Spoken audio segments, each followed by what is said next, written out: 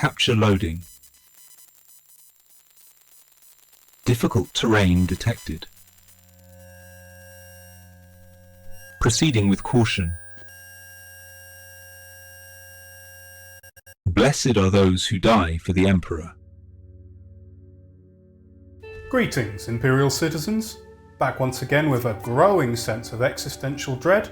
It's your host, Jimmy. I apologise that it has been so long since my last video. I caught the spicy virus, and actually have been ill for so long that I'm pretty sure when I return to work on Monday, HR will consider me dead and will have replaced me with somebody else. Now on to today's topic. Everybody loves a good hole, and craters are the best way of representing those on your tabletop battlefield. However, like your ex, they can be both easy and a bit dull. The first piece of terrain I ever made was a crater, inspired by the hobby section of the beautiful 3rd edition 40k rulebook. This isn't my original copy, by the way. That one I lent to my friend Jeremy and never got it back. Cheers, Jeremy. This was back in the day when you were encouraged to make terrain yourself rather than paying for it and or printing it. We're going to use the basic idea shown here but spice it up a little. So, with that in mind, here are some ways to make your polystyrene craters both interesting and unique.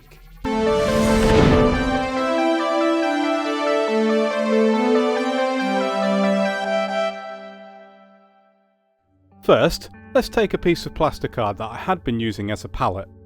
Very carefully we need to cut this into a rough circle shape to make the base for our first crater. Plasticard, when scored in this way, is very easy to snap cleanly.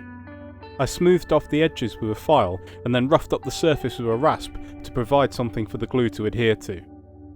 I used blue XPS foam to make the bulk of the crater, cutting around the base with a knife. I then snapped the excess off, which you can see I'm struggling with here. My grip strength is surprisingly low for somebody constantly online. I drew around the inside circumference of this masking tape with a Sharpie and proceeded to cut a small circle out of the foam. Make sure you keep the offcuts for later projects. Dramatically sweep the microplastics onto the floor. Next, I used a hot wire cutter to turn our blue foam donut into a crater by beveling the edges at an angle. I would highly recommend that you do not use this particular hot wire cutter that Amazon's ever malicious algorithm offered me. It is a made in China death trap that leaves me convinced I will burn my house down every time I use it. I took it to work to be pat tested, and our electrical engineer took one look at it, went pale, crossed himself, and nobody has seen him since. It doesn't give you any indication of whether it is switched on or not, except for the thin wisps of smoke rising from its innards. The packaging said, and I quote, "Warnings! Hot object. Keep out of children." Good advice. Use Gorilla Glue or no more nails to stick the foam donut to the base. Don't use super glue because you'll melt the foam. Just want to take this opportunity to thank our patrons. Your contributions keep this channel running and are much appreciated.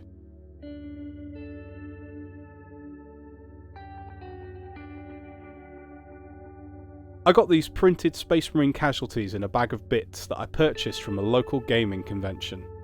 The bag was at least 50% pubic hairs, but once I had sieved those out there were some really cool parts in there. I have no idea where these prints came from, so if they are your design, thank you, and please let me know in the comments below.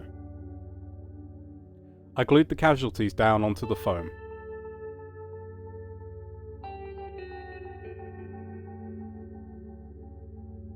For our second crater, I'm going to make a crash drop pod.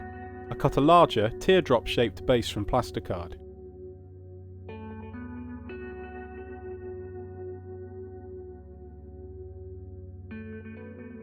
Following the same steps as before, a sort of overlapping double crater was cut from the foam. I've had this half-built drop pod kit since about 2009, so that will form the basis of our scenery because like half of it is missing anyway.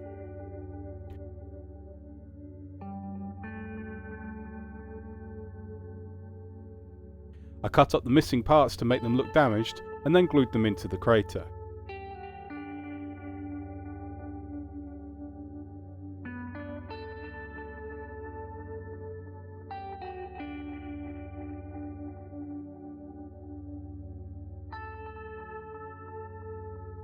Another dead space marine? I melted some of the drop pod with a lighter. I want to be absolutely clear here, do not do this step. It is dangerous. In the end, it added very little to the model and nearly went out of control. At least I know that my smoke detectors work now. If you're going to do this, do it outside and not near anything flammable. The process was repeated for a third crater, which as you will see in a minute will probably be responsible for getting this channel demonetized. I mixed some really out-of-date milliput together and sculpted some kind of lurking creature in this crater.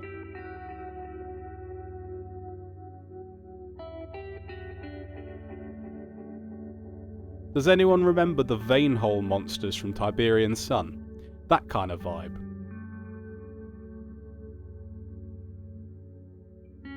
I used a silicone sculpting tool to try to turn this mass of expired wet milliput into something that resembles alien flora. So Jimmy, I hear you say, these don't look anything like craters. To which I respond by reaching for my medication because I shouldn't be able to hear you through the computer screen. To allay the concerns of the disembodied voices, I mixed up some of the cursed oatmeal to slather all over the foam donuts. Check out our video on how to make hills in an urban setting for more info on how I make this unholy mixture.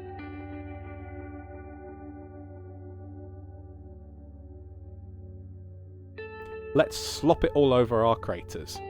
I try to avoid obvious brush strokes if I can. Don't get any on your dead space marines or your milliput monster. When that was dry, I mixed up some green stuff until it was a uniform colour and rolled it into sausage shapes.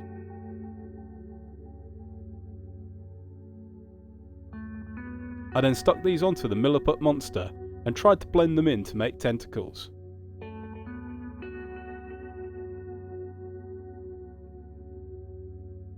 I used the ball side of my sculpting tool to try and make suckers on the tentacles.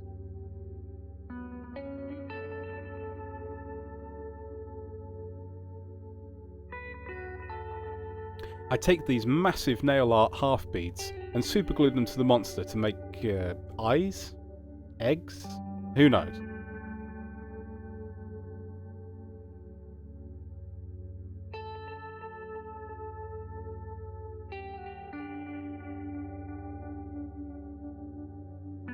Let's move on to painting. All of the craters were given a base coat of cheap rattle can black.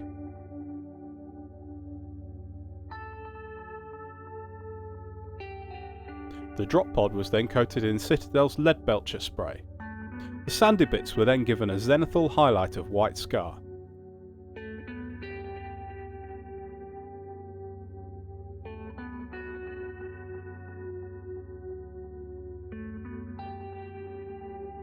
This was then followed by Army Painter's desert sand and followed up with a light spray of Citadel's Zandri dust.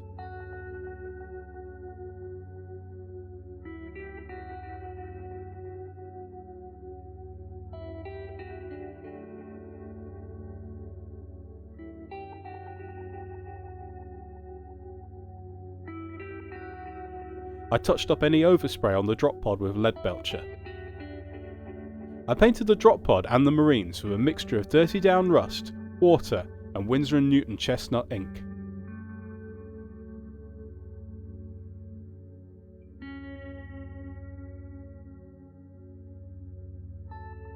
While this was still wet, I stippled it with a mixture of various browns and oranges.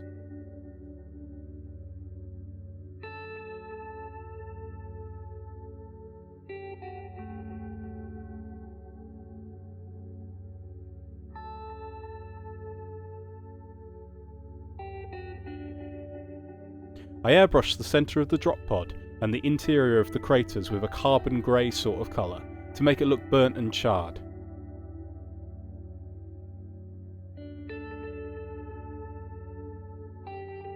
If you don't have an airbrush, you could do a heavy dry brush instead if you wanted. If you like what you see, consider clicking that subscribe button down there so I can get a little hit of dopamine and maybe forget how truly empty life is. I airbrushed the tentacle monster with progressively lighter shades of pink, and then realised that it looks a bit like, yeah. Everything reminds me of her, man. Everything. Any pink overspray was cleaned up with a brush-on coat of Xandri dust. The egg eye things were painted over with Citadel's Black Templar contrast paint.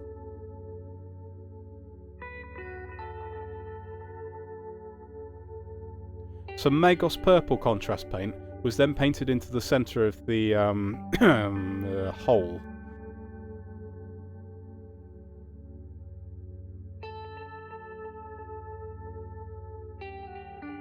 I feel like I should be censoring something this ugly in a YouTube video.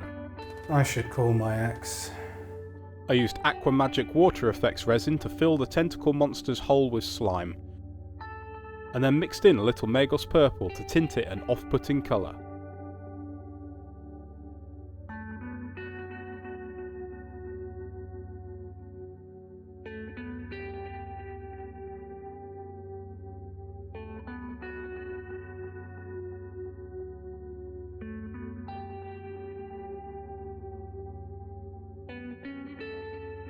I use a mixture of Winsor & Newton Crimson ink and Citadel's Blood for the Blood God to create the gory splatters coming from these deceased Marines. I apply it with my ex's toothbrush to make it look like these poor fellows have literally been annihilated by an artillery shell. I used a selection of pigment powders to add ashes and dust into the craters.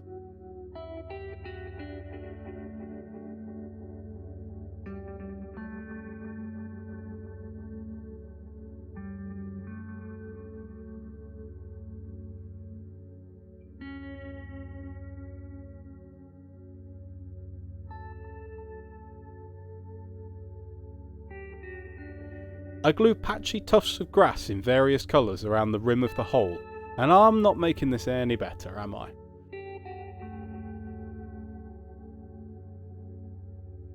I repeated this process on all of the craters, and with that, they were done. Let's take a look.